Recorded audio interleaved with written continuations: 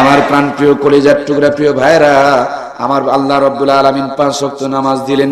এই 5 ওয়াক্ত নামাজের প্রথম যে নামাজ সেটা হলো ফজরের ফরজ 2 রাকাত নামাজ।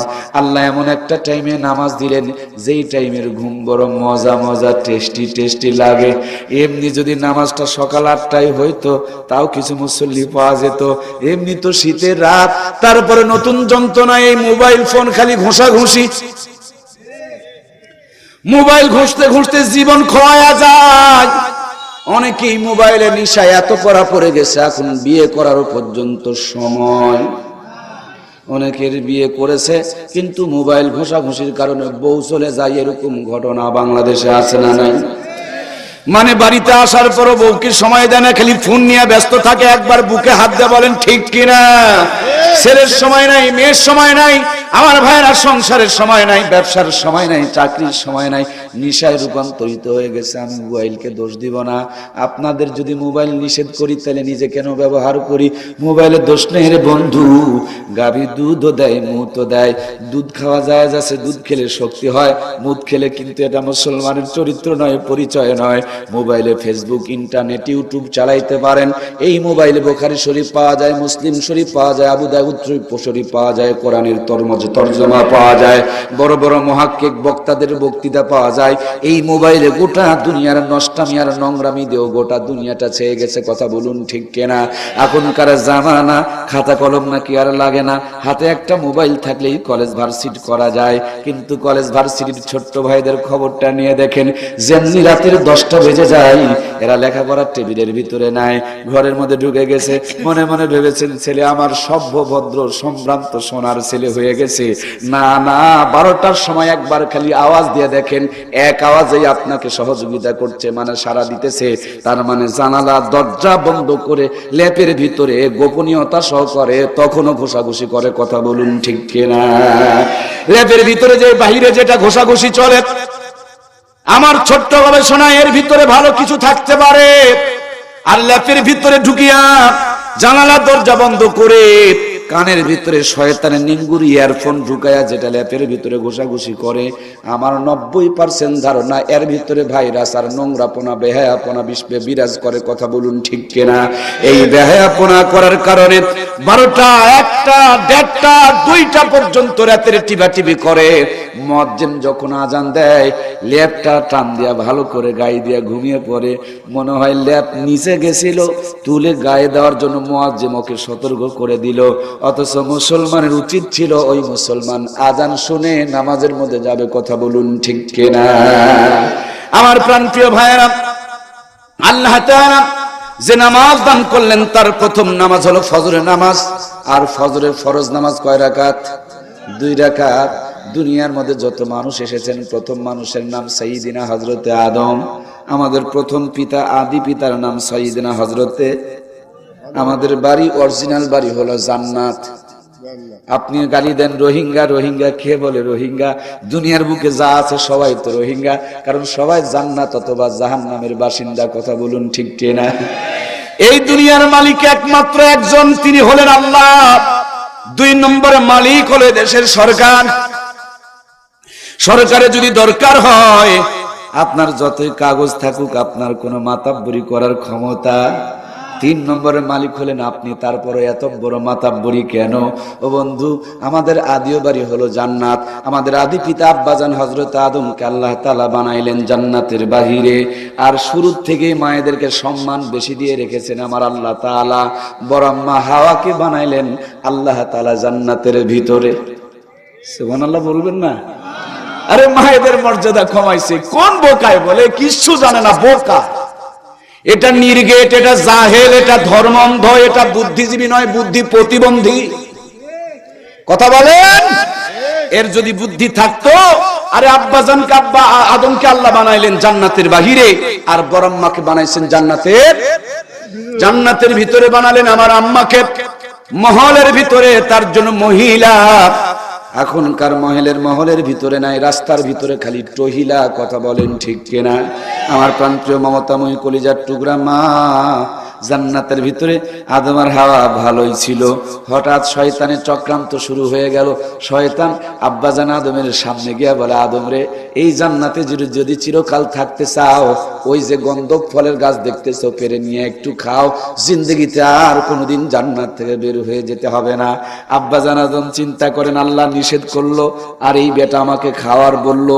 আল্লাহর হুকুমের বিরুদ্ধে যেটা বলে এটাই শয়তান, কোন যুক্তি দলিলের দরকার হয়। আল্লাহ বলেছে হালাল খাও, যারা আমাদের হারাম খাওয়াতে চাই এরাও শয়তানের ভাই। কথা বলেন। এই দুনিয়াতে শয়তান দুই প্রকার। কুরআনুল কারীমের ভিতরে আল্লাহ রাব্বুল আলামিন সূরা নাসের মধ্যে বলে দিয়েছেন, মিনাল জিন্নাতি ওয়ান নাস। শয়তান জিনের মধ্যে আছে, শয়তান মানুষের মধ্যে আছে। শয়তান মানুষ রূপী শয়তান তারা মানুষকে হারাম খাওয়াতে চায় যারা, কথা বলুন ঠিক কিনা? সুদের ব্যবসা করে, ঘুষের ব্যবসা করে, দুর্নীতির ব্যবসা করে, হালাল বেতন পায়, তারপর পেটের ভুঁড়িটা ভর্তি হয় না। টেবিলের নিচের দিক দিয়ে খায়, ডান দিক দিয়ে খায়, বাম দিক দিয়ে খায়, উপরেরটা খায়, নিচেরটা খায়, এরকম খাইওয়ালা মানুষকে আমাদের দেশে আছে না নাই?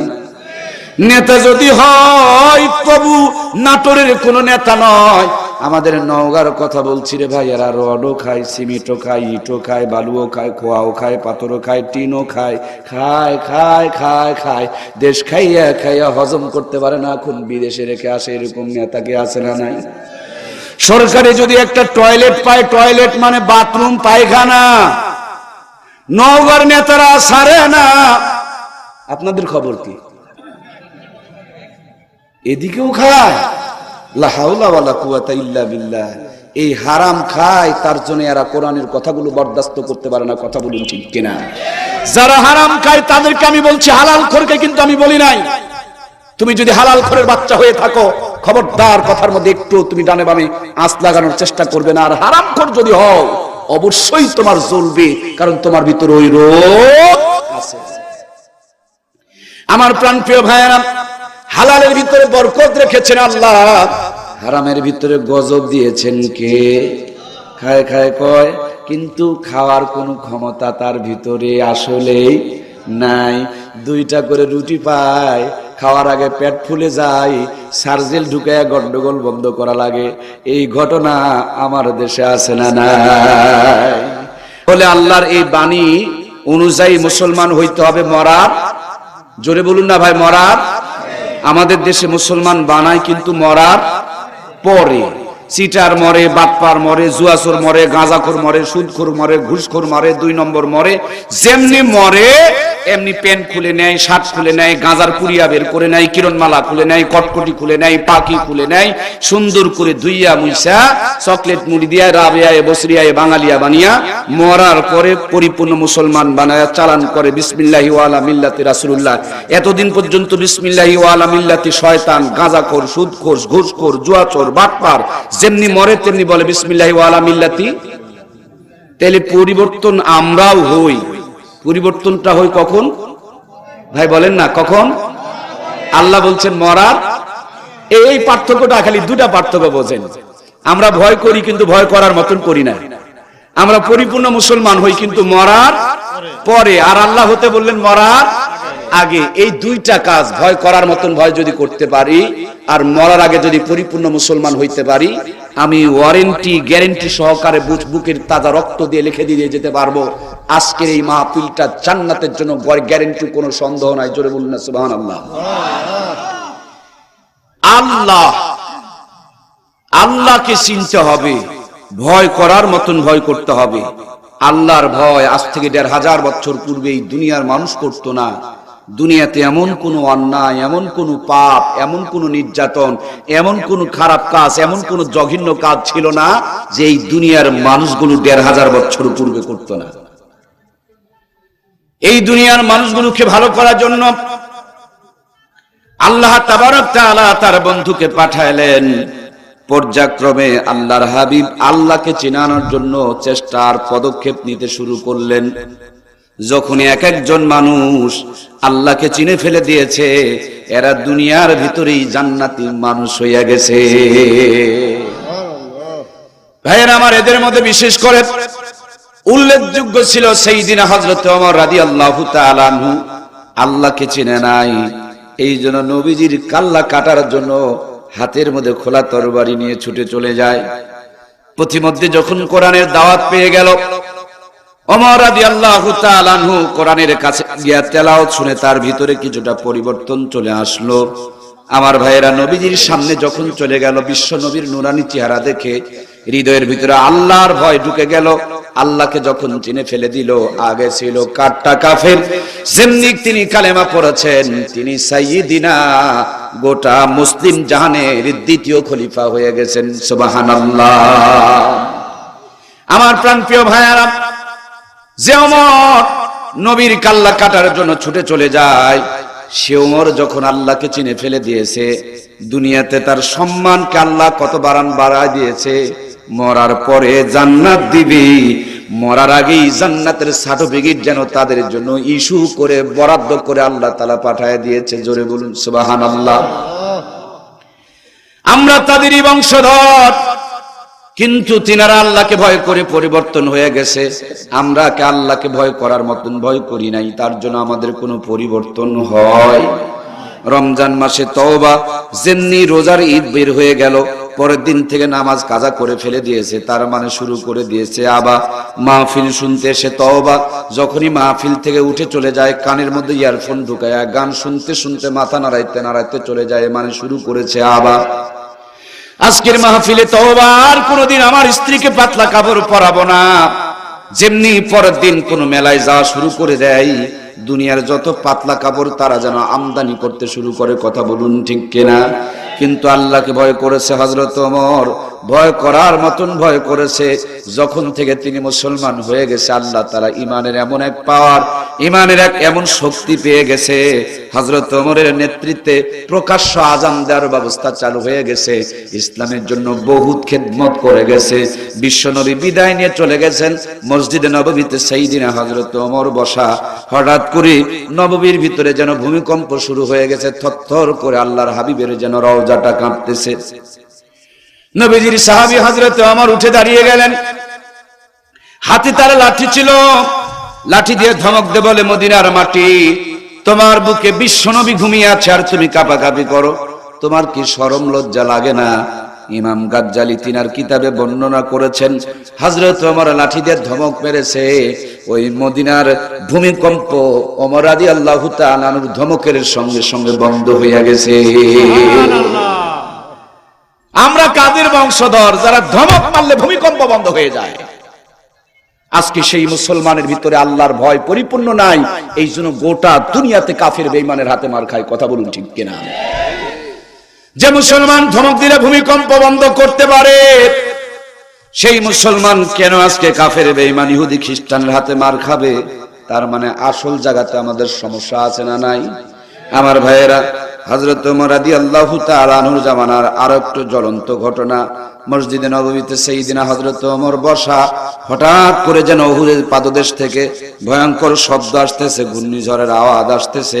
আল্লাহর পয়গম্বরের সাহাবী মসজিদে নববী থেকে বের হয়ে আসলেন, জান্নাতুল বাকির পাশে গিয়া উঁচু একটা পাথরের উপরে দাঁড়ায়া উহুদের দিকে তাকায়া দেখেন, উহুদের পাদদেশ থেকে আমার ভাইয়েরা কেন যেন ভয়ঙ্কর ঘূর্ণিঝড় আসতেছে, বিকট শব্দ হইতেছে।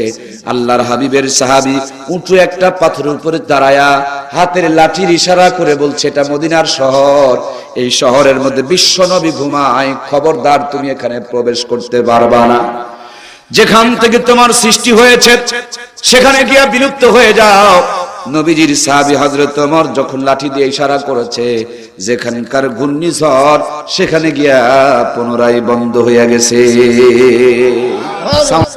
সেই মুসলমানের আজকে ইমানের অবস্থা দুর্বল হয়ে গেছে, আল্লাহর ভয় হৃদয় থেকে কমে গেছে। এই জন্য নিজের ছেলেও কথা শুনতে চায় না, মেয়েও কথা শুনতে চায় না। বিবাহ করার পর বউটা কথা শোনে না, বরঞ্চ বউয়ের কথা মাত্র আমাদেরকে চলতে হয়। কথা বলুন ঠিক কিনা? আমরা আমাদের মালিকের কথা শুনি না, আমরা আমাদের মালিককে ভয় করি না। এই জন্য দুনিয়ার আমাদের অধীনস্থ লোকগুলো আমাদেরকেও তারা এখন আর ভয় করে মালিককে যতদিন পর্যন্ত ভয় করে চলেছে, এরা ধমক দিলে জমিন তাদের ভয়ে কেঁপেছে, ধমক দিলে ভূমিকম্প বন্ধ হয়ে গেছে। আমার ভাইয়েরা, ইশারা করলে ঘূর্ণিঝড় পর্যন্ত বিলুপ্ত হয়ে গেছে। হযরত ওমর রাদিয়াল্লাহু তাআলা নূর জামানা মিশর যখন মুসলমানদের কবজায় চলে আসলো, ওই মিশরের মধ্যে একটা বাজে অভ্যাস ছিল, খারাপ প্রথা ছিল। গোটা মিশরের মধ্যে সবচেয়ে যে মেয়েটা সুন্দরী, আর সুন্দর করে সাজুগুজু করায়া, সুন্দর করে তাকে নাচ গান আনন্দ উৎসবের সঙ্গে দিয়া, যেই জায়গাতে নদীর পানিগুলো চক্কর খাইতো, পলট খাইতো, ওই জায়গার মধ্যে মেয়েটাকে ফেলে দিয়া বলতো, আমরা বধূ বিসর্জন দিলাম, ভগবান আমাদেরকে পানি দেয়, আমরা ভগবানকে ভোগ দিলাম। খবরটা যখন ওমর বরাবর চলে গেল, আল্লাহর হাবিবের সাহাবী হযরত ওমর মিশরের বধূ বিসর্জনের প্রথা বন্ধ করে দিলেন। একটু পানির ভিতরে ঘাটতি দেখা গেল, কমতে শুরু করে দিল। আর একদল গুজব রটনাকারী যেন গুজব রটাইতে শুরু করে দিল। আমার প্রাণের ভাইয়েরা, এই গুজব যখন হযরত ওমরকে জানানো হলো, আল্লাহর নবীর সাহাবী হযরত ওমর হাতের মধ্যে এক খণ্ড চিঠি লিখলেন, মিশরের নীল নদ বরাবর চিঠি লিখলেন।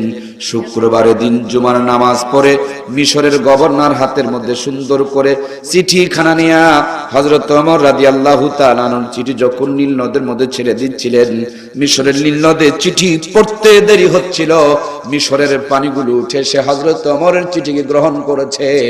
আজ পর্যন্ত সমতল পানিগুলো প্রবাহমান রয়েছে। আমার ভাইয়েরা, আমরা তো তাদেরই বংশধর, আমরা তাদের উত্তরসূরি। আমরাও যদি ঈমানের বল অর্জন করতে পারি, আল্লাহকে ভয় করার মতন করতে পারি, আমরাও যদি নামাজের সাথে সম্পর্ক কায়েম করতে পারি, আমরাও যদি কোরআন দিয়ে জীবন গঠন করতে পারি, আমরা যদি ইশারা করি, আমরা যদি আল্লাহর কাছে কোনো একটা দাবি তুলে ধরি, আমাদের দাবি তুলে ধরতে দেরি হবে, আল্লাহর পক্ষ থেকে সাহায্য আসতে দেরি লাগবে না। আমার ভাইয়েরা, এই মানুষগুলোকে আল্লাহর ভয় ভিতরে ঢুকানোর জন্য যতগুলো মাধ্যম আর যতগুলো পদ্ধতি রয়েছে, তার মধ্যে প্রথম পদ্ধতি আর প্রথম মাধ্যমের নাম হলো নামাজ। নামাজ যখন আল্লাহর বান্দা পড়বে, অটোমেটিক্যালি তার ঈমানের ভিতরে চার্জ হতে শুরু করে দিবে। আল্লাহ রাব্বুল আলামিন কোরআনুল কারীমের মধ্যে ইরশাদ করে বলছেন, ইন্নামাল মুমিনুনা আল্লাযীনা ইযা যুকিরাল্লাহু ওয়াজিলাত কুলুবুহুম ওয়া ইযা তুলিয়াত আলাইহিম আয়াতুহু যাদাতুহুম ঈমানাও ওয়া আলা রাব্বিহিম ইয়াতাওয়াক্কালুন। মুমিনদের সামনে যখন কোরআনুল কারীম থেকে তেলাওয়াত হয়, আল্লাহ বলেন মুমিনের ঈমানের চার্জকে আল্লাহ তাআলা বাড়িয়ে দেয়। জোরে বলুন না সুবহানাল্লাহ। আমার প্রাণপ্রিয় ভাইয়েরা, সেই জন্য নামাজের মধ্যে কোরআনুল কারীমের তেলাওয়াত করতে হবে। ইসলামের বুনিয়াদি রুকন হলো 5টা। এই 5টির প্রথমটা হলো কালেমা লা ইলাহা ইল্লাল্লাহু মুহাম্মাদুর রাসূলুল্লাহ সাল্লাল্লাহু আলাইহি সাল্লাম। কিন্তু দুর্ভাগ্যজনক হলো সত্য, আজকে বাংলাদেশে শতকরা 80% মুসলমানের ঘরে আমার ভাইয়েরা কালেমার তালকিন নাই, কালেমার হাকিকত বোঝে না। কালেমার মধ্যে অপশন হলো 3টা। একটা জবানে শুদ্ধ করে পড়া, 2 নম্বরে অন্তরে বিশ্বাস করা, 3 নম্বরে কাজের মধ্যে পরিণত করা। শুদ্ধ করে কালেমা পড়তে পারে না এই বাংলাদেশে তার সংখ্যা হলো শতকরা 30%। 100-র ভিতরে 30% মুসলমান শুদ্ধ করে কালেমা পড়তে পারে। স্কুল কলেজে আমাদের অনেক ভাইয়েরা পড়ে, মেট্রিক পাস করেছেন, 8 পাস করতেছেন, তারপরে কালেমা শুদ্ধ করে পড়তে পারে না। আমার বন্ধুরা কালেমা বলে লা ইলাহা, আল্লাহ ছাড়া আরো মাবুদ আছে, অথচ লা ইলাহা সুন্দর করে আপনাকে শুদ্ধ করে পড়তে হবে, নইলে যেটা দিয়া ঈমান আনবেন ওই ঈমানের ভিতরে ভাইরাস থেকে যাবে। এই ভাইরাস থাকার কারণে জিন্দেগির কোনো আমল কাজে লাগবে না। সাউন্ডের এই দুরবস্থা হলে কথা বলা যাবে না ভাইজান। কি হলো? কমে যায়, বেড়ে যায়, আপ ডাউন হয়, আওয়াজ আর একটু বাড়ানো যায় না? আমার ভাইয়েরা, কণ্ঠ যদি টেনে নেয়, টেবে যায়, তাহলে আমি কেমনে কথা বলবো? বলে পাম না থাকলে, চেটকে লাগলে যেটা হয় সেরকমই হচ্ছে।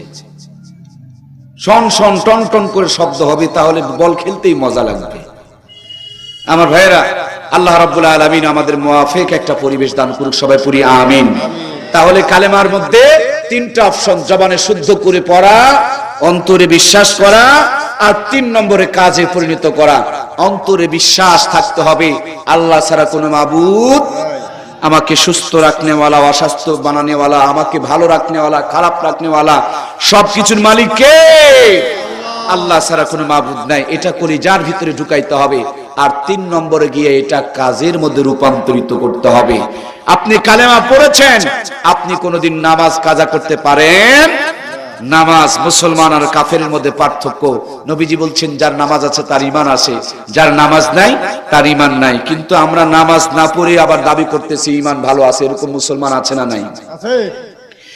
আল্লাহ বলছেন নামাজ পড়তেই হবে। কুরআনুল কারীমের ভিতরে আল্লাহ রাব্বুল আলামিন নিজে নামাজের কথা বলেছেন 82 বার। আল্লাহর হাবিব নামাজের কথা বলেছেন 6500 বার। আমার ভাইয়েরা, এই নামাজ মুসলমান এবং কাফেরের মধ্যে পার্থক্য। যার ভিতরে ঈমান থাকবে তাকে নামাজ পড়তেই হবে। নামাজ মুসলমান আর কাফেরের মধ্যে পার্থক্য নির্ণয় করে। কিন্তু আমরা নামাজ পড়ি না। অনেক সময় দেখা যায় যারা নামাজ পড়ে তাদেরকে দেখতেও, জোরে গেলে বলি দাওয়াত পেয়েছে, কোন কারণবশত যদি ধীরে হাঁটে আমরাই আবার মন্তব্য করি হুজুর আজকে মনে হয় বেশি খেয়েছে। এরকম মানুষ কি আমাদের দেশে আছে না নাই? যারা দাঁড়িয়ে দাঁড়িয়ে প্রসাব করে তাদের ভুল ধরতে পারে না। 100 মেয়েকে ধর্ষণ করে সেঞ্চুরি অর্জন করে মিষ্টি বিতরণ করে খায়। চার দোকানে তাদের নিয়ে কোনো আলোচনা, সমালোচনা, পর্যালোচনা হয় না। খালি হুজুরদের যত অপব্যাখ্যা, হুজুরদের যত ভুল, এই ভুল ধরার চাকরি নেওয়া মুসলমান বাংলাদেশে আছে না না? এই বেকুব ডাক্তার না হয়ে ডাক্তারে ভুল ধরে না, মাস্টার না হয়ে মাস্টারে ভুল ধরে না, ইঞ্জিনিয়ার না হয়ে ইঞ্জিনিয়ারের ভুল ধরে না। অথচ কালেমা শুদ্ধ করে পড়তে পারে না, নামাজের ধারে কাছে যায় না। পেটে 7 দিন লাথি মারলেও কালেমাটা শুদ্ধ করে বলতে পারবে না। খালি তার জন্ম হয়েছে মনে হয় আলেমদের ভুল ধরার জন্য। এরকম কুলঙ্গার মানুষ আমার দেশে দিনে দিন বেড়ে চলছে, ঠিক কিনা? আমার প্রাণপ্রিয় ভাইয়েরা, নামাজ আল্লাহ রাব্বুল আলামিন বলেন ইন্নাস সালাতা তানহা আনিল ফাহশাই ওয়াল মুনকার। নিশ্চয় নামাজ নামাজি ব্যক্তিকে যাবতীয় গুনার কাছ থেকে বাঁচায়া দিবে। সেই জন্য ইসলামের 2 নম্বরের রুকুন হলো নামাজ। নামাজের কথা আল্লাহ বলেছেন 82 বার, আল্লাহর হাবিব বলেছেন 6500 বার। নবীজি যখন দুনিয়াতে জন্মগ্রহণ করেন, যেই ঘরে তিনি জন্মগ্রহণ করেন ওই ঘরে 2 জন মহিলা মানুষ। একজন ছিলেন বিশ্ব নবীর মা হযরতে আমেনা, আর একজন ছিলেন বিশ্ব নবীর ফুবি আম্মা হযরতে সুফিয়া। নবীজির ফুবি আম্মা হযরতে সুফিয়া বর্ণনা করেন, নবীজি যখন দুনিয়াতে আগমন করেন একটা আলোর ঝলকানি আসলো, আমার চোখ দুটো বন্ধ হয়ে গেল। আমি চোখ মিলে তাকিয়ে দেখি আল্লাহর নবী দুনিয়াতে এসেছে। আর নবীজির শুভ আগমনে, নবীজির নূরে গোটা দুনিয়া আলোকিত হয়ে গেছে। আম্মা জান সুফিয়া বর্ণনা করেন, যেই মুহূর্তে বিশ্বনবী এই দুনিয়াতে এসেছিলেন, আমার প্রথম নজরে যখন নবীজির দিকে পড়ে, আমি প্রথম দর্শনে তাকিয়ে দেখি আল্লাহর হাবিব নামাজের সেজদার হালতে দুনিয়াতে এসেছে। সুবহানাল্লাহ বলুন। নবীজি নামাজের সেজদার হালতে দুনিয়াতে এসেছে। যখন তিনি দুনিয়া ছেড়ে বিদায় নিয়ে চলে যাচ্ছেন, প্রচন্ড শরীরে ব্যথা, জ্বর, অসুস্থ হয়ে গেছে। এই মুহূর্তে দুইজন সাহাবীর কাঁধের উপরে ভর করে নবীজির কদম মুবারক জমিনের উপর দিয়া, মাটির উপর দিয়া সিসরায় যাচ্ছে। তারপর আল্লাহর হাবিব জীবনের শেষ নামাজটাও মসজিদে নববীতে আদায় করেছে। আমার প্রাণপ্রিয় ভাইয়েরা, নামাজ পড়ার পর অসুস্থতা বেড়ে গেল। সাহাবায়ে কেরামরা ধরাধরি করে বিশ্ব নবীকে ঘরের মধ্যে নিয়ে আসলেন। নবীজির পা মোবারক পূর্ব দিকে আর মাথা মোবারক পশ্চিম দিকে দিয়া আম্মাজান আয়েশা সিদ্দিকার ঘরের মধ্যে শোয়া দেওয়া হলো। আম্মাজান আয়েশার কোলের মধ্যে বিশ্ব নবীর মাথাকে তুলে দেওয়া হলো।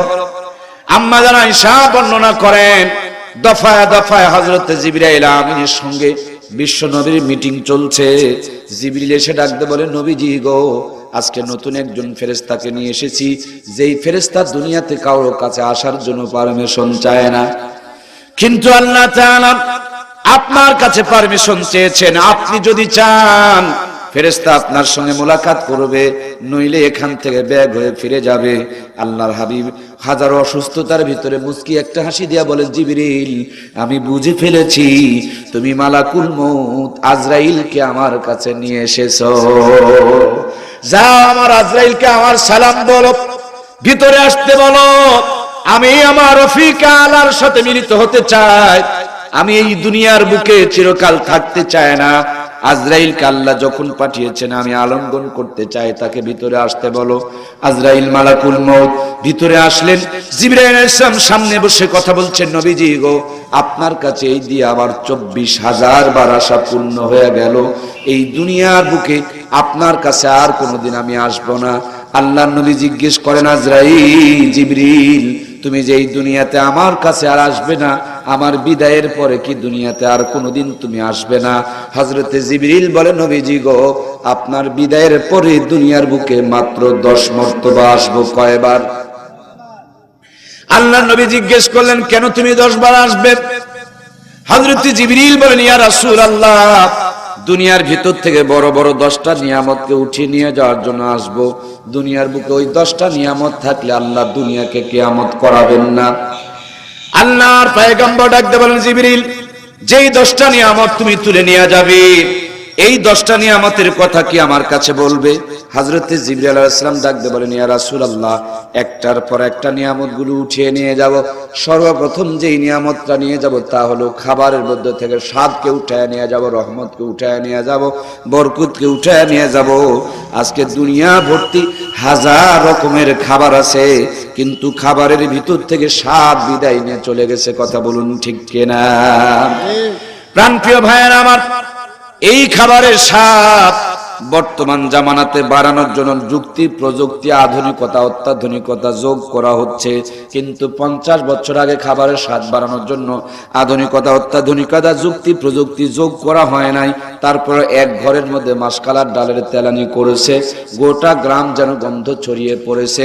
এক বাড়িতে আতপ চালের বিরিয়ানি রান্না হয়েছে, এই বিরিয়ানির তেলানির সেন্ট যেন গোটা গ্রামটাকে মোহিত বানিয়ে দিয়েছে। ভাঙা ঘর, কুড়া ঘর। আমার ভাইরা, সেই ঘরের মধ্যে যদি ইলিশ মাছ রান্না হয়েছে, একবারই ইলিশ মাছ রান্না করলে একদিন ইলিশার পান্তা ভাত খেলে কম করে হলেও 1 সপ্তাহ পর্যন্ত হাত থেকে সুগন্ধ ছড়াইছে। কথা বলুন ঠিক কিনা? সেই নানি দাদিদের স্মৃতিচারণে পহেলা বৈশাখ উদযাপন করি আমরা।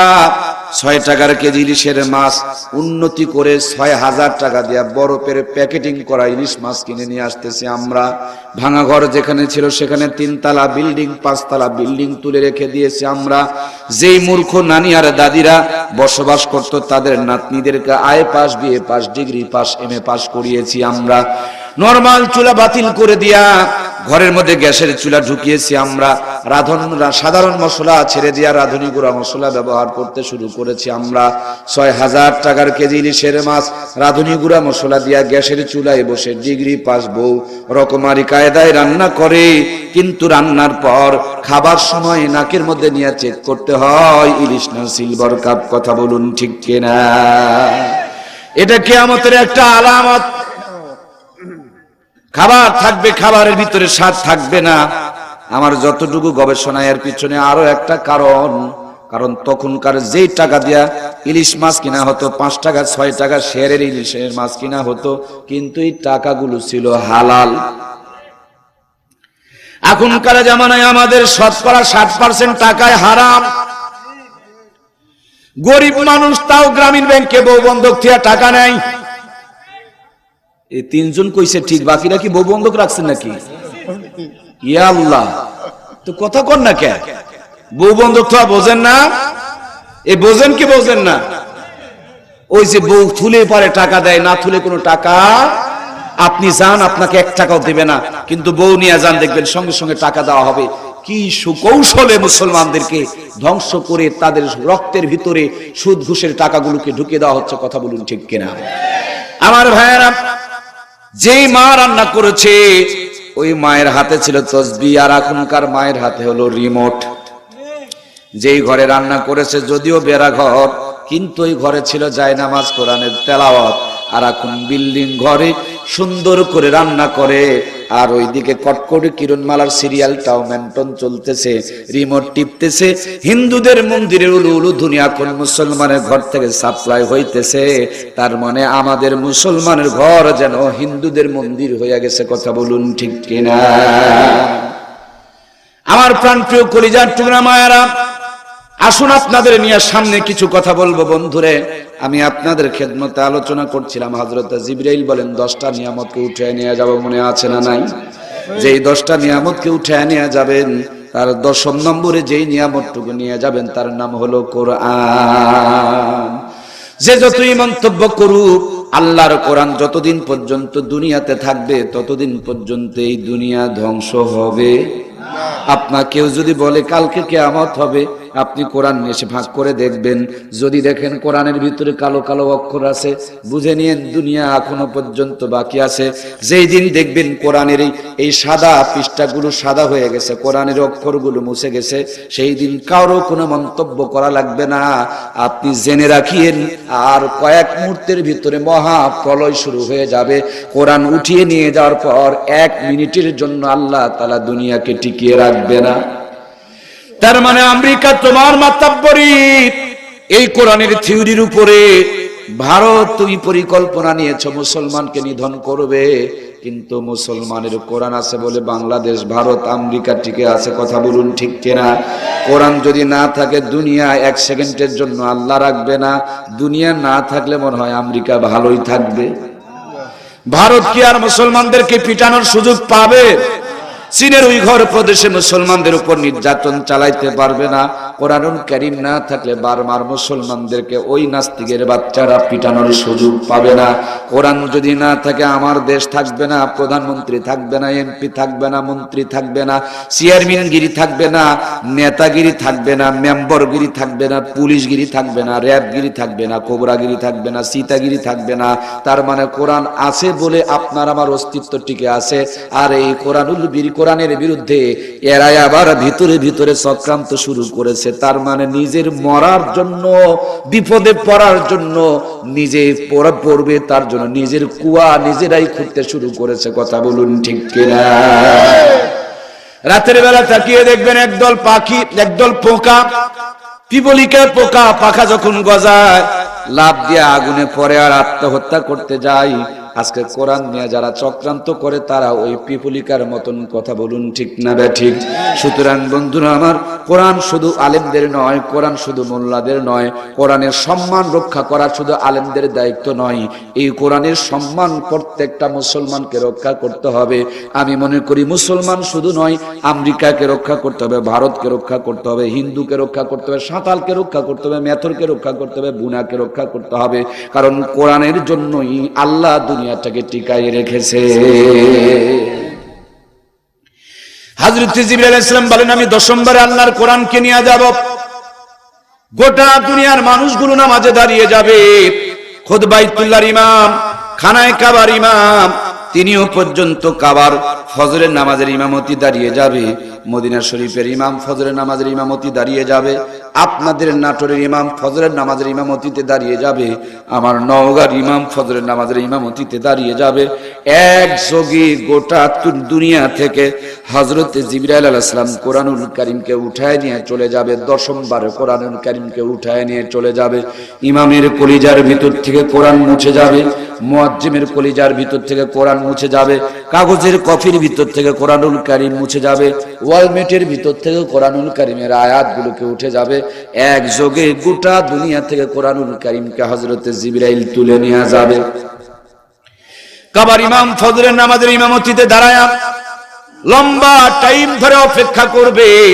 তিনি আর কোরআনুল কারীমের তেলাওয়াত করতে পারবে না। একটু অপেক্ষা করতে করতে কোরআনুল কারীমের তেলাওয়াত যখন ভুলে যাবেন, হাত ছেড়ে দিবেন, তিনি তার আরবি ভাষায় বলবেন, ফানাসরুহুল কালাম, আমি তো কালামুল্লাহ ভুলে গেছি, আমি তো কিতাবুল্লাহ ভুলে গেছি। তোমরা যদি কেউ পারো আজকের নামাজের ইমামতি করো। আমার ভাইয়েরা, মুসল্লিরাও হাত ছেড়ে দিয়ে বলবে, আমরাও তো কোরআনকে ভুলে গেছি। সানি ইমাম বলবে, আমি তো কোরআন ভুলে গেছি। মুয়াজ্জিম বলবে, আমি তো কোরআন ভুলে গেছি। মক্কার মানুষগুলো বলবে, আমরা তো কোরআনুল কারীম ভুলে গেছি। দৌড়াদৌড়ি শুরু হয়ে যাবে। আল্লাহ তাবারক তাআলা আমি ক্ষুদ্র গোলামকে 11 বার পবিত্র হজে যাওয়ার সুযোগ করে দিয়েছেন। বাইতুল্লাহর প্রত্যেকটা আলমারি খালি কোরআনুল কারীমদের সাজানো, কোরআনুল কারীমদের বোঝায় করানো। মানুষজন নামাজ ছেড়ে দিয়া আলমারিতে গিয়া আল্লাহর কোরআনুল কারীমকে বের করবে, কোরআনুল কারীম বের করে দেখবে উপরের কপি ঠিক আছে কিন্তু ভিতর থেকে সব পৃষ্ঠাগুলো হারিয়ে গেছে, পুরা কোরআনুল কারীমটা যেন সাদা হয়ে আছে। চতুর্দিকে দৌড়াদৌড়ি শুরু হয়ে যাবে, মনে করবে পাশের মসজিদের মনে হয় কোরআনটা ঠিক আছে, মনে করবে আমার ঘরের কোরআনটা মনে হয় ঠিক আছে, মনে করবে মদিনার কোরআনটা মনে হয় ঠিক আছে, মনে করা হবে আমাদের যে আমার ভাইয়েরা নাটোরের কোরআনুল কারীমের কপিগুলো মনে হয় ঠিক হবে। এবার গোটা দুনিয়ার মানুষগুলো ছুটাছুটি দৌড়াদৌড়ি করতে শুরু করে দিবে, কিন্তু সেই দিন আর সূর্য পূর্ব দিকে উঠবে না, সূর্য পশ্চিম দিকে উঠবে। আমার ভাইয়েরা কোরআনুল কারীম না থাকার কারণে হযরত ইসরাফিল আলাইহিস সালাম সিংহাতে ফুৎকার দিবে, মহাপ্রলয় কিয়ামত শুরু হয়ে যাবে।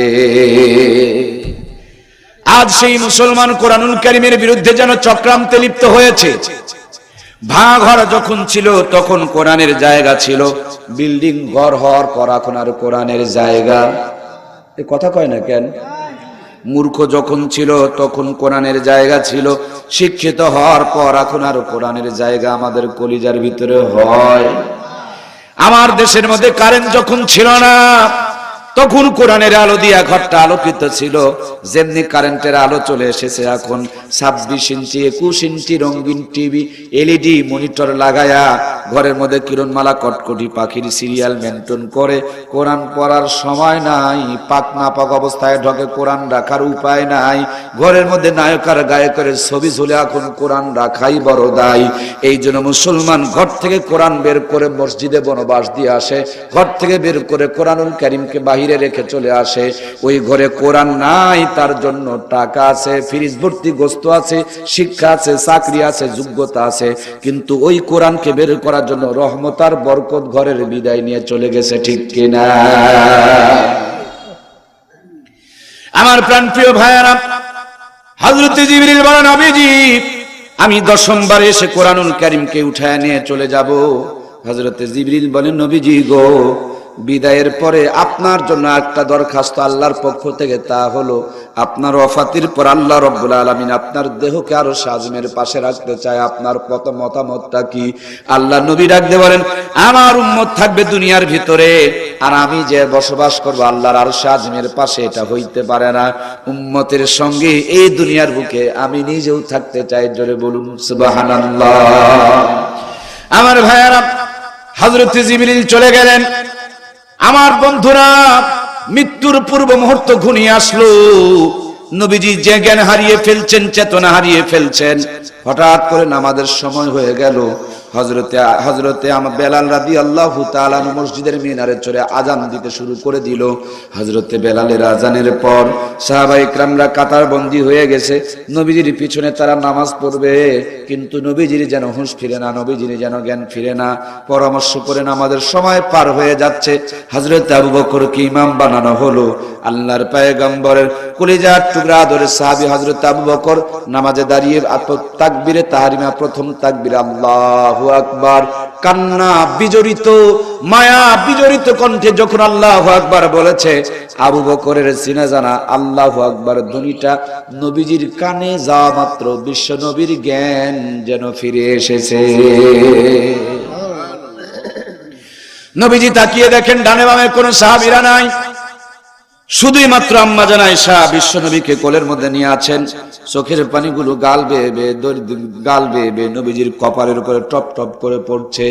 আমার নবী ডাক দিয়ে বলেন, আয়েশা রে, এটা কেমন সময় চলতেছে? আল্লাহর হাবিবকে আম্মা জান আয়েশা বলেন, নবীজি গো, নামাজের সময় পার হয়ে যাচ্ছিল, তার জন্য সাহাবাইরা পরামর্শ করে আমার বাবা আবু বকরকে ইমাম বানায়া ওই যে আপনার পাগল পাড়া সাহাবীরা নামাজের মধ্যে এখন কান্নাকাটি করতেছে। আল্লাহর হাবিব বলেন, আয়েশা আমাকে একটু সোজা করে দাও, আমি নামাজে যেতে চাই। কিন্তু নবীজি উঠে দাঁড়াতে পারছেন না, আম্মা জান আয়েশাও যেন নবীজিকে সোজা করতে পারছেন না। আল্লাহর হাবিব ডাক দিয়ে বলেন, আয়েশা তাহলে জানালার পর্দা টান দাও, হুজরাত পর্দা টান দাও, আমার মাথার নিচে হাত দিয়ে একটু মাথাটারে উঁচু করে ধরো, আমি জীবনের শেষ লগ্নে আমার উম্মতের নামাজের দৃশ্যটা এক নজরে দেখে যেতে চাই। আম্মা জান আয়েশা বলেন, আমি হুজরাত পর্দা টান দিয়া বিশ্ব নবীর মাথা নিচে হাত দিয়া মাথাটাকে যখন উঁচু করে ধরেছি, তাকিয়ে দেখি আল্লাহর হাবিব অবলক নয়নে নামাজের দিকে তাকিয়ে আছেন। চোখের পানিগুলো গড় গড় করে গড়ে গড়ে জমিনকে যেন স্পর্শ করতেছে।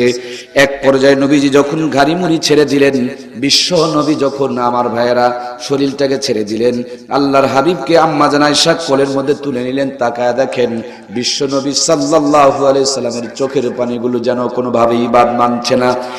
এক পর্যায়ে আম্মা জান আয়েশা সিদ্দিকা ডাক দিলেন, ইয়া রাসূলুল্লাহ, আপনার মনে হয় ভীষণ কষ্ট হচ্ছে গো নবীজি, যে কারণে আপনার চোখের পানিগুলো বাদ মানছেন না। আল্লাহর হাবিব ডাক দিয়ে বলেন, ওরা আমার আদরে আয়েশা, এই দুইটি চোখে জীবন ভর যত পানি দেখেছ সমস্ত পানি ছিল দুঃখ, কষ্ট আর বেদনার পানি। তাই বলে আজকের পানিগুলো তেমনটি ভেবো না। আজকের পানিগুলো আমার আনন্দের পানি, সফলতার পানি, সার্থকতার পানি। কারণ যেই নামাজকে প্রতিষ্ঠিত করার জন্য আল্লাহ আমাকে দুনিয়াতে পাঠিয়েছে, আমি এখন চলে যাব, আমার সমস্ত উম্মতগুলোকে সেই নামাজের মধ্যে দাঁড় করাইতে পেরেছি, উম্মতদেরকে নামাজে দেখতে পেয়েছি। আর নামাজ প্রতিষ্ঠিত হয়েছে, নামাজ কায়েম হয়েছে। নামাজ কায়েম রেখে যে আমি আল্লাহর কাছে যেতে পারছি, এই আনন্দে আমার আত্মহারা কলিজাটা পাগল পারা হয়ে গেছে।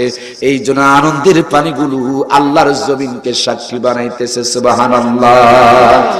নবীজির 1.5 লক্ষ সাহাবী, একজন কি বেনামাজি ছিল? একজনও বেনামাজি ছিল না। আর আমাদের দেশের শতকরা 80% মুসলমানই বেনামাজি। কথা বলেন ঠিক কিনা? আমার প্রাণপ্রিয় ভাইয়েরা, খুব ভালো করে খেয়াল করে কথাগুলো বোঝার জন্য চেষ্টা করুন। নামাজ ছাড়া মুসলমান কেউ দাবি করতে পারে? যদি দাবি করে তার দাবিটা সঠিক হবে। কারণ নামাজ মুসলমান আর কাফেরের পার্থক্য, যার ভিতরে নামাজ আছে তার ভিতরে ঈমান আছে, যার ভিতরে নামাজ নাই তার ভিতরে ঈমান নাই। এটা মুহাম্মদুর রাসূলুল্লাহ সাল্লাল্লাহু আলাইহি সাল্লামের জবানের কথা বলুন ঠিক কিনা? এই জন্য প্রাণপ্রিয় ভাইয়েরা, দুনিয়ার বুকে যতগুলো নিয়ামত আল্লাহ তাআলা আমাদেরকে দান করেছেন, সব নিয়ামত দান করেছেন জিবরাইল আমিনের মাধ্যম দিয়া। নামাজ এত বড় একটা দামি নিয়ামত কোনো মাধ্যম দিয়া নয়, ডাইরেক্টলি তার বন্ধুকে দাওয়াত দিয়া আরশে আজিমে নিয়া 27 বছর ধরে প্রেম করে বিদায় লগ্নে 5 ওয়াক্ত নামাজ নয় 50 ওয়াক্ত নামাজের হাদিয়া দিয়েছিলেন। নবীজির জিন্দেগিতে মেরাজ হয়েছে একবার, আমাদের মেরাজের ব্যবস্থা করে রেখেছেন প্রত্যেক দিন কয়বার? বিশ্ব নবীর মেরাজ হয়েছে 27 বছর। আল্লাহর হাবিব বলেন, আমি যখন না মেরাজে যাই, যাওয়ার আগে ওযু করেছিলাম, মেরাজ থেকে ফিরে এসে দেখতেছি ওযুর পানিগুলো গড়তেছে। নবীজি বর্ণনা করেন, মেরাজে যাওয়ার আগে আমি ঘরের দরজা বন্ধ করেছিলাম, কিন্তু মেরাজ থেকে ফিরে এসে দেখতেছি ঘরের শিকলটাও নড়তেছে। 27 বছর যদি মেরাজ হয়, 27 বছর ওযুর পানি গড়তে পারে না, 27 বছর ঘরের শিকল নড়তেও পারে না। কিন্তু কেমনে সম্ভব হলো রে ভাই? আমাদের এই নাটোরের উপর দিয়া মাননীয় প্রধানমন্ত্রী যদি বগুড়াতে যায়, যখন নাটোর ওভারটেক করবে, পাড়ি জমাবে, তখন দেখবেন সাধারণ পাবলিকের চলাফেরা বন্ধ হয়ে যাবে, ট্রাফিক সিগন্যাল গুলো অফ করে দিবে, নরমাল মানুষের রাস্তাপথ থেকে নামায়া দিবে। যতক্ষণ পর্যন্ত প্রধানমন্ত্রী নাটোর ওভারকাম করবে না, নাটোরকে ওভারটেক করবে না, ততক্ষণ পর্যন্ত সাধারণ পাবলিককে রাস্তায় চড়তে দেওয়া হবে না। বাংলাদেশের প্রধানমন্ত্রীর জন্য নাটোরের সাধারণ মানুষের যদি চলাফেরা বন্ধ হয়ে যায়, আল্লাহর পরে যেই নবীর শান আর মান মর্যাদা, ওই নবী মেরাজের উদ্দেশ্যে ঘরের বাইরে যখন পা তুলেছে, পা তোলার সঙ্গে সঙ্গে গোটা দুনিয়ার সমস্ত গতিপথকে আমার আল্লাহ তাআলা বন্ধ করে দিয়েছে। শিকল ধাক্কা লেগে উপরে উঠেছে, বন্ধ। পানি জমে আছে সেখানেই বন্ধ। নিঃশ্বাস নিয়েছে সেখানে বন্ধ, নিঃশ্বাস ছেড়েছে সেখানে বন্ধ। গোটা দুনিয়ার গতি বন্ধ করে দিয়ে শুধু আল্লাহ আর মুহাম্মাদুর রাসূলুল্লাহ দুইজন মিলে 27 বছর মেরাজ হয়েছে। সুবহানাল্লাহ বলুন। জান্নাত দেখাইছেন, জাহান্নাম দেখাইছেন, কাবা, হুসাইন, লৌহে, কালামে দূরত্বে কথা বলাইছেন। আমার ভাইয়েরা, আদম আলাইহিস সালামের লম্বা ডায়েরি, লম্বা জিন্দেগি, 1000 বছরের জিন্দেগির পৃষ্ঠাগুলো উল্টে উল্টে দেখেন। আদম নবী কত সওয়াব করেছেন, কতগুলো রোজা করেছেন, কত নামাজ আদায় করেছেন। মুসা আলাইহিস সালাম সালাম কত হায়াত পেয়েছেন, নূহ আলাইহিস সালাম 950 বছর হায়াত পেয়েছেন, ইব্রাহিম আলাইহিস সালাম বড় বড় 10টা পরীক্ষায় পাশ করে অনেক সওয়াব কামাই করেছেন। বিশ্ব নবী নেকির পাগল, গুনাহগার, উম্মতের দরদি, জান্নাতের ভিতরে যাওয়ার পর, জাহান্নামের ভিতরে যাওয়ার পর আমার ভাইরা আল্লাহর সামনে থাকার পরও সব সময় খালি মনের মধ্যে বারবার সংকল্প আর পরিকল্পনা, ওগো আল্লাহ আমার উম্মতকে তুমি দামি বানিয়েছো, কিন্তু উম্মতের হায়াত কম, সময় কম, টাইম কম, অল্প টাইমে উম্মত আমার কেমন করে বেশি নেকি কামাই করবে এটা তো আমার বুঝে আসে না। যেই প্রশ্নটা আমাদের মনের মধ্যেও জাগে, কথা বলুন ঠিক কিনা? এই দুনিয়ার মধ্যে দেখবেন কিছু মানুষ হলো সাধারণ মানুষ, সারাদিন যদি কাজ করে 500 টাকা বেতন পায়। আর কিছু মানুষ হলো ভিআইপি মানুষ, যাদেরকে ইঞ্জিনিয়ার অথবা বৈজ্ঞানিক বলা হয়। সাধারণ ভাবে চলাফেরা করে না, হেলিকপ্টারে চলাফেরা করে, নরমাল ঘরেও বসে না, তারা এসি রুমের ভিতরে বসে, সাধারণ খাবারগুলো খায় না, তারা দামি দামি খাবার খায়। আমার কলিজার টুকরা ভাইরা, সাধারণ ভাবেও তাদেরকে ডাকা করা হয় না, স্যার স্যার বলে ডাকা হয়। আপনাদের নাটোরে 10 তলা মানের একটা ভিআইপি বিল্ডিং তৈরি করা হবে, বলুন তো দেখি ইঞ্জিনিয়ারের দরকার আছে না নাই? ইঞ্জিনিয়ার 3 ঘন্টা ডিজাইন করে, নকশা করে, প্ল্যান করে, ডিজাইনটা যখন পাস করে দেয়, যাওয়ার সময় দেখবেন 5 লক্ষ টাকা বিটকেসে ঢুকায় দেয়া, বলে স্যার আমরা উত্তর অঞ্চলের মানুষ, আমাদের কামাই রোজগার একটু কম, মনে কিছু নিয়েন না, মাত্র 5 লক্ষ টাকা দিয়েছি, আপনাকে তেমন সম্মান করতে পারলাম না। যেমনি ইঞ্জিনিয়ার চলে যায়, মাটির ভিত কাটার জন্য লোকের দরকার আছে না নাই? ইঞ্জিনিয়ার 3 ঘন্টায় নিয়ে যায় 5 লাখ, মাটির ভিট কাটার জন্য যে আসে 8 ঘন্টা কষ্ট করার পর, ঘাম ঝরানোর পর, কোদাল চটানোর পর কামাই করে মাত্র 500। এই দুনিয়াতে মানুষে মানুষে জড় বড়ই ব্যবধান। যে মানুষগুলোর দাম, যে মানুষগুলোর সম্মান, যে মানুষগুলোর দাম বেশি, সেই মানুষগুলোর মর্যাদাও অনেক বেশি। আল্লাহ ডাকতে বলেন, বন্ধু তোমার উম্মতকে যদিও আমি কম হায়াত দিয়েছি, কম পুঁজি দিয়েছি, কম সময় দিয়েছি, তোমার উম্মতকে দামি বানিয়েছি, ভিআইপি বানিয়েছি, তোমার উম্মতকে ইঞ্জিনিয়ার বৈজ্ঞানিকের চাইতে বড় মর্যাদা দিয়ে রেখেছি। ও বন্ধু মনে কষ্ট রেখো না, তোমার উম্মতকে আমি খাটো করব না, ছোট করব না। যাও যাও উম্মতের জন্য 50 ওয়াক্ত নামাজ নিয়ে যাও, ওরা 50 ওয়াক্ত নামাজ পড়বে, আর প্রত্যেক দিন 50 জন নবীর জিন্দেগি বরাবর সওয়াব কামাই করবে। নবীজি 50 ওয়াক্ত নামাজ দিয়ে রওনা করেছেন। প্রতিমধ্যে হযরত মুসা আলাইহিস সালাম ফিরায়া আল্লাহর সিস্টেম অনুযায়ী আমার ভাইয়েরা 45কে মাইনাস করে দিয়েছেন। 5 ওয়াক্তের একটা সুন্দর প্যাকেজ বানাইছেন। গ্রামীণ ফোনের একটা প্যাকেজ আছে, বাংলা লিংকের একটা প্যাকেজ আছে।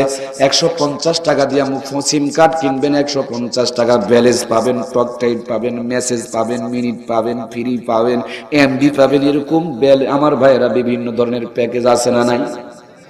আল্লাহ তাআলা ডাকতে বলেন, ও বন্ধু তোমার উম্মতের 50 ওয়াক্তের নামাজের প্যাকেজ বানাইলাম, আদায় যেন করতে পারে তার জন্য 5 ওয়াক্ত দান করলাম। কিন্তু উম্মতকে বলে দিও, ওরা যদি 5 ওয়াক্ত নামাজ পড়ে, আমি শূন্য যোগ করে প্রত্যেক দিনই 50-এর সওয়াব দান করে দেব। জোরে বলেন না সুবহানাল্লাহ।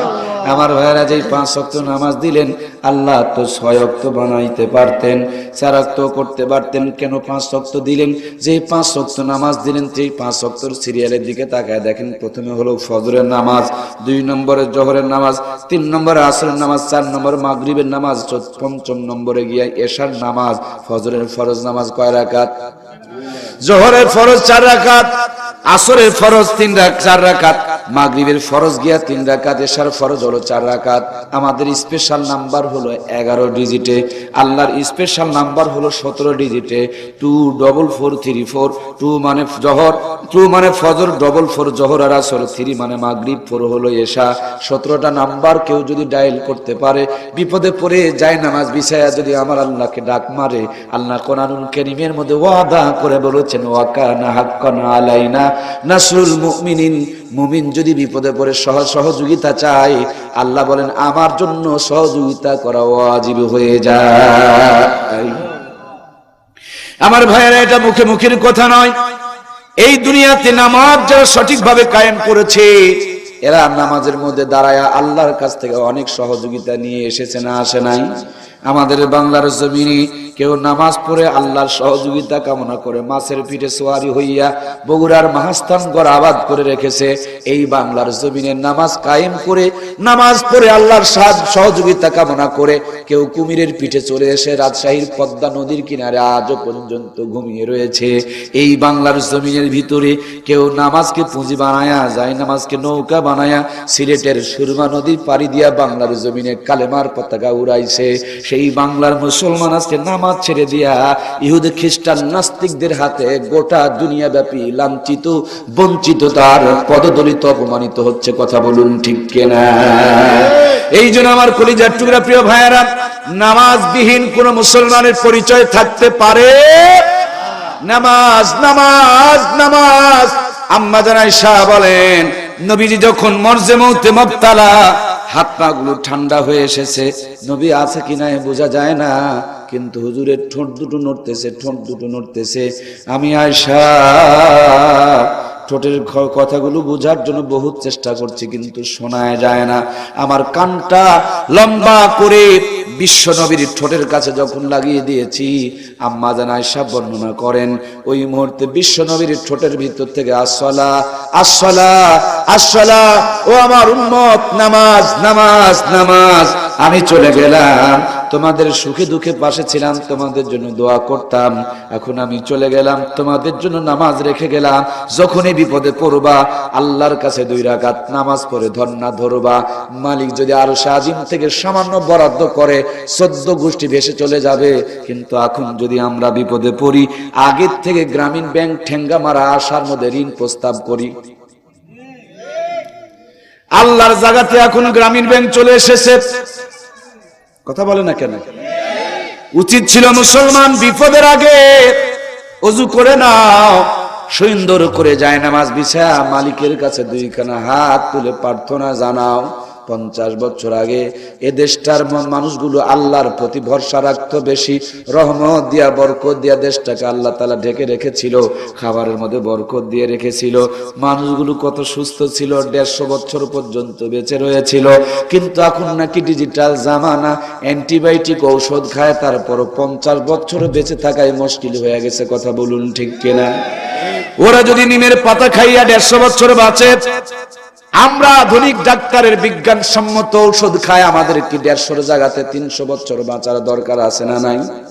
মূর্খ মানুষগুলো যদি 18টা সন্তান 15টা সন্তান জন্ম দিতে পারে, আমরা তো আমার ভাইয়েরা হামদর্দের ঔষধ খায়, হারবালের ঔষধ খায়, কলিকাতা মেডিকেলের ঔষধ খায়। ওরা 18টা সন্তান জন্ম দিতে পারলে আমাদের 18 দুগুণে 36টা বাচ্চা জন্ম দেওয়ার ক্ষমতা থাকার দরকার। কথা বলেন ঠিক কিনা? আমার প্রাণপ্রিয় ভাইয়েরা, কিন্তু অবস্থাটা কোন জায়গায়? জিরোর পর্যায়ে চলে এসেছি।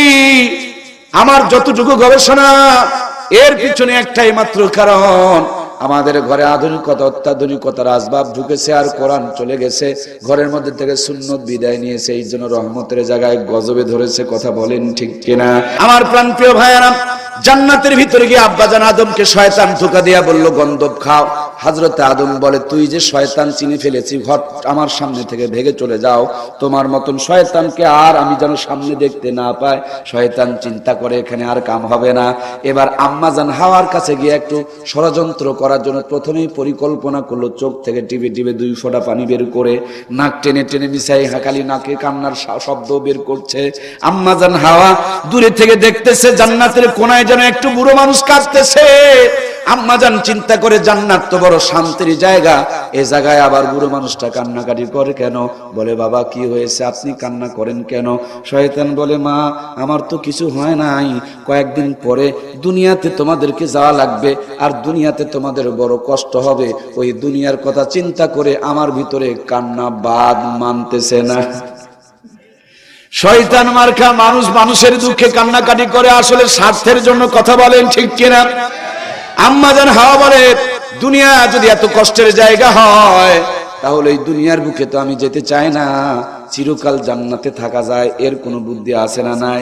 শয়তান বলে, সেই বুদ্ধি শেখানোর জন্যই তুমি আপনার কাছে এসেছি। ওই যে দেখো গন্ধ ফল পেরে খাও, দুনিয়াতে আর কোনোদিন তোমারে যাওয়া লাগবে না।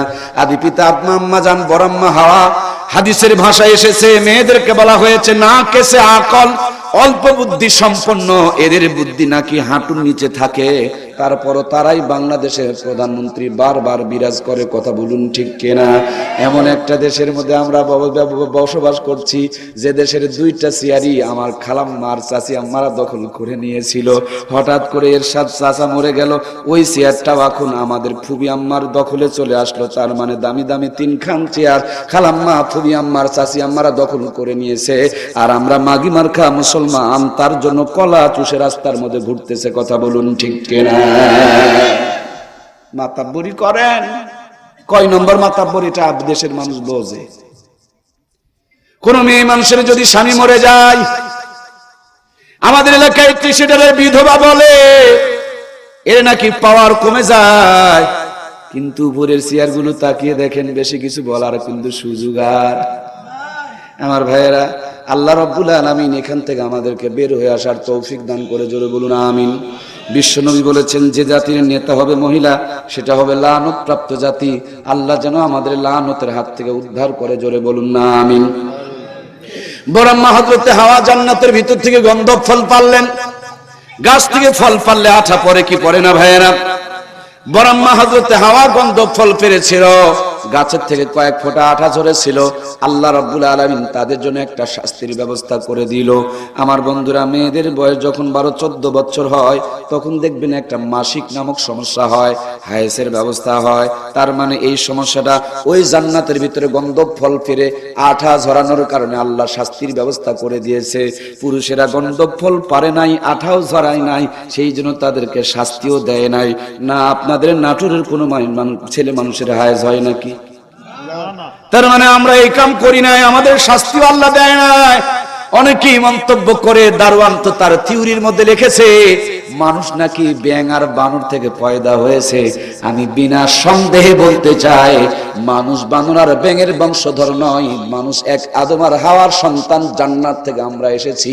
ওই জান্নাতের ভিতরে মা অপরাধ করেছে, মায়েদের জন্য শাস্তি আজও পর্যন্ত বলবৎ আর চালু রয়ে গেছে। গন্ধব ফল তো খেয়ে ফেলে দিয়েছে, পেটের মধ্যে মোচড় উঠে গেছে। শয়তান বলে, এখন তোমাকে দুনিয়াতে টয়লেট করতে যেতে হবে, তুমি কি একা যাবে না স্বামীকে সঙ্গে নিবে? বলে, আমি একা কোথাও যেতে চাই না, স্বামী ছাড়া আমাকে ভালো লাগে না। এগুলো হলো জান্নাতি মা। আর যারা স্বামীকে দেখতে পারে না, এরা ওই কটকটি মার্কা জাহান্নামের খড়ি। কথা বলুন ঠিক কিনা? এখন তো ডিজিটাল জামানা, স্বামীর কথা আমার মায়েদের ভালো লাগে। যেমনি স্বামী বাড়িতে আসে, মেজাজ চটচট করে হিটারের মতন হিট হয়ে যায়, 180 ডিগ্রি সেলসিয়াস তাপমাত্রা। দুলা ভাই বাড়িতে আসলে মেজাজ কাম্বা ঠান্ডা। খালাতো ভাই যদি বাড়িতে আসে, মেজাজ কাম্বা হিম ঠান্ডা বরফ হয়ে যায়। কলেজ ভার্সিটি পড়ুয়া যদি কোনো বয়ফ্রেন্ড আসে, তাহলে মেজাজ আরো কাম্বা শীতল হয়ে যায়। খালি স্বামী দেখলে যাদের চটচট করে মেজাজ গরম হয়ে যায়, আমি নিঃসন্দেহে বলতে চাই, এদের কপালে আল্লাহর জান্নাত নাই। কথা বলুন ঠিক কিনা? আমার প্রাণপ্রিয় কলিজার টুকরা মায়েরা, আপনাদেরকে নিয়ে কিছু কথা এই জায়গার মধ্যে রয়েছে, একটু কান দেয়া কথাগুলো শ্রবণ করবেন। আম্মা জান হাওয়া বলেন, আমি স্বামী ছাড়া কিছু বুঝি না, স্বামীকে আমার লাগবেই। শয়তান বললেন, তাহলে যে কোনো কৌশলে তোমার স্বামীকে তুমি গন্ধব ফল খাওয়ায় ফেলো। সকালবেলা যখন হযরত আদম আলাইহিস সালাম ফিরেছে, আগের থেকে আদর আপ্যায়ন শুরু করে দিয়েছে। যেই দিন দেখবেন বউ বেশি বেশি ভালোবাসতেছে, সকাল থেকে মিল দেওয়ার চেষ্টা করতেছে, মনে রাখিয়েন সেই দিন আপনার মনে হয় মার্কেটের কোনো একটা ঝামেলা আছে, নাহলে বৈকাল বেলা বাবার বাড়িতে যাওয়ার কোনো পরিকল্পনা আছে। এই জন্য আগের থেকে খাতির জমানো শুরু করেছে। কথা বলুন ঠিক কিনা? এই যারা বিয়ে করেছেন বলেন না ঠিক না বেঠিক? যারা বিয়ে করে না এরাও ঠিক কয়, মানে ডানে বামে দেখছে তো হালহাকি কয়। আমার মমতাময়ী মায়েরা, এটা আপনাদের দোষ নয়, এটা আপনাদের একটা গুণ। আপনারা ইচ্ছা করলে সব পারেন, কারণ জান্নাতের ভিতর থেকে আপনারা বের করতে পেরেছেন, জান্নাতের ভিতরেও ঢোকানোর ক্ষমতা আপনাদের যোগ্যতা আল্লাহ দিয়াই রেখেছেন। কথা বলুন ঠিক কিনা? রাত্রিবেলা কঠিন মুহূর্তে যখন আপনার দিকে মুখটা ফিরে যেমনি বলবে আই লাভ ইউ, একেবারে পাক মেরিয়া মুখটা ওইদিকে করে নাকটা এমন চিপে ধরবেন, চোখ মুখ বন্ধ করে নিঃশ্বাস কয়েক মিনিট বন্ধ করে রাখবেন, বলেন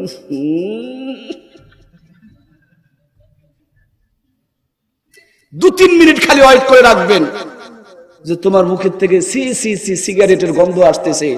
এই আসল টাইমে কোন স্ত্রী যদি স্বামীকে এই সিগারেটের গন্ধ দেখা ব্রেক মারতে পারে, পরের দিন ওই মুখে মনে হয় সিগারেট আর আসবে। কথা বলে না কেন, কথা বলে না কেন? ব্রেক তো জায়গা মতো দেয় না, ব্রেক দেওয়া জায়গায়। অমুকের বউ পাতলা কাপড় কিনে দেয় আর তোমার চোখের খালি বস্তাগুলোই পড়ে নাকি? ব্রেক দিচ্ছে অজাগার ভিতরে। আমার কলিজার টুকরা মায়েরা, ইসলাম আপনাদের কত মর্যাদা দিয়েছে। পুরুষের রিমোট আল্লাহ তাআলা মায়েদের হাতে দান করেছে, সুবহানাল্লাহ বলুন। আদর করে কাছে টেনে নিয়া কোলের মধ্যে মাথাটা নিয়া বড় আদর করে মুখের মধ্যে গন্ধক ফলটা দিতেছে। আব্বা জানা আদম, আদম মানে সাদা সিধা সোজা। এই দুনিয়াতে যারা সাদা সিধা সোজা তাদেরকে আদম বলে, আজও পর্যন্ত বলে কি বলে না? আমার ভাইরা, আদম আলাইহিস সালাম সোজা মানুষ, মুখটা হা করতেছে আর মনে মনে একটু করে সন্দেহ জাগতেছে কি যেন খাওয়ায়। বলে যাই খাওয়াই, ভালোবেসে খাওয়ায়, তোমার কি খাতে কোনো আপত্তি আছে? আব্বা জান আদম বলেন কোনো আপত্তি নাই। আমিও বলতে চাই ভালোবাসতে হবে, নইলে সংসার টিকবে না। কিন্তু বেশি ভালোবাসা দেখিয়েন না, তাইলে জীবনে বেঁচে থাকাও কঠিন হয়ে যাবে। কথা বলুন ঠিক কিনা? মেয়েদেরকে ভালোবাসতে হবে, অর্ধাঙ্গুনী জীবন সঙ্গিনী। আল্লাহ তাআলা আব্বাজান আদমকে ভালো লাগছিল না, তার জন্য হাওয়াকে বানিয়েছেন। আপনি তাকে মর্যাদা দিবেন, কারণ মর্যাদা জান্নাতের ভিতরে বানিয়ে আল্লাহ শুরু থেকেই তাদেরকে দিয়ে রেখেছে। তাই বলে নিজের মা বাবার উপরে মর্যাদা দিয়া হিজরা নিজে নিজে সাজা যাবে? আমার প্রাণপ্রিয় ভাইয়েরা, আব্বাজান আদম হা করেছে, মুখের ভিতরে গন্ধক ফল চলে গিয়েছে, গলাটা পার হয়ে গেছে। এমন মুহূর্তে তিনি বুঝে ফেলেছে আমি তো গন্ধক ফল মনে হয় খেয়ে ফেললাম। এত শক্ত করে গলার মাঝখানে চিপে ধরেছে। তাকায় দেখুন গলার মধ্যে একটা বর্ডার বানিয়ে দিয়েছে। এটা আব্বাজান আদম গলাতে বর্ডার বানিয়েছে। তাকিয়ে দেখুন পুরুষের গলার মধ্যে একটা হুলকুম নামক বর্ডার আছে না নাই? মেয়েদের গলার মধ্যে চিপে ধরে নাই, তাদের বর্ডারও হয় নাই। যদি বিশ্বাস না করেন বাড়িতে গিয়ে দেখতে পারেন। তাই বলে রাত্রিবেলা দেখবেন না, কারণ মেয়েদের জামানা। যদি আপনাকে মামলা করে দেয় যে রাত্রিবেলা গলা টিবার জন্য আমার কাল্লার দিকে হাসতে হাসতে করছিল, তাইলে আপনি কিন্তু বাঁচবেন না। দিনের বেলা দেখে নিন, আমাদের গলাতে বর্ডার আছে কিন্তু মায়েদের গলাতে কোনো বর্ডার। মায়েদের আল্লাহ যতগুলো নিয়ামত দান করেছেন তার মধ্যে এটা একটা নিয়ামত বর্ডার নাই। যা ভিতরে আমানত দিবেন, গোপন কথা যা ভিতরে রাখবেন সবগুলো বের হয়ে যাবে, কারণ বর্ডার নাই। কি নাই, কি নাই? বিশ্বাস কি হয়?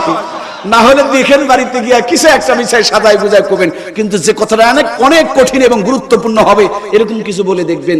সর্বোচ্চ যদি রাখতে পারে 3 সপ্তাহ রাখতে পারবে, তারপরে আর থাকবে না, এটা খালি বের হয়ে চলে যাবে। ওই বর্ডার নাই যে। এই জন্য আমার ভাইয়েরা মায়েদের বিশ্বাস করতে হবে, কিন্তু এমন কিছু বলিয়েন না বর্ডার নাই, বের হয়ে গেলে বিপদে পড়া লাগে। কথা বলুন ঠিক কিনা? আল্লাহ রাব্বুল আলামিন আমাদের সকলকে জান্নাতি হিসাবে তৈরি হওয়ার জন্য তৌফিক দান করুক, জোরে বলুন আমিন। বন্ধুরা আমার, দুনিয়ার মধ্যে আদম আর হাওয়া আসবে। দুনিয়াতে আসার পর বড় আব্বা হযরত আদম বড় বড় গাছের 3-3টা টুকরা পাতা দিয়ে ইজ্জতকে ঢেকে রাখলেন। এই জন্য মৃত্যুর পরে পুরুষের জন্য কাফনের কাপড় কয় পিস? আর বড় আম্মা হযরত হাওয়া বড় বড় গাছের 5-5টা টুকরা পাতা দিয়ে ইজ্জতকে ঢেকে রেখেছিলেন। এই জন্য মরার পরে আমার আম্মা জানদের জন্য কাফনের কাপড় কয় পিস? 5 পিস বাদ দেয়া 3 পিস ধরেছিল। হঠাৎ করে উথাল পাতা আমেরিকার ভারতের বাতাস শুরু হয়ে গেল। 1 পিস কমে গিয়ে আমার মায়েরা যেন 2 পিস পড়তে শুরু করে দিল। যেমনি আবার কিরণমালা কটকটির পাখির ঝড় উঠলো, আরো 1 পিস কমে গিয়া 1 পিস আবিষ্কার হয়ে গেল। যেভাবে কমাকমি চলছে, মাত্র আর 1 পিস বাকি আছে। এইটা যদি বাদ দিয়ে দেয় দেশে থাকার আর উপায়। এমনি তো ডিজিটাল জামানা, সামনে তাকালে পায়জামা ফাটা, ঘাড় ঘুরাইলে মাজার মধ্যে কাটা, পিছনে তাকাবেন সিনেমার পোস্টার লাগা। যত বড় হাজি আর গাজী, মুত্তাকি আর পরহেজগার ইমানদার হন না কেন, এই কাটা ফাটা দেখে সুবহানাল্লাহ আলহামদুলিল্লাহ বলা যায় না। শুধু আস্তাগফিরুল্লাহ নাউজুবিল্লাহ তওবা দিয়া দেশটা দখল হয়ে গেছে। কথা বলুন ঠিক কিনা?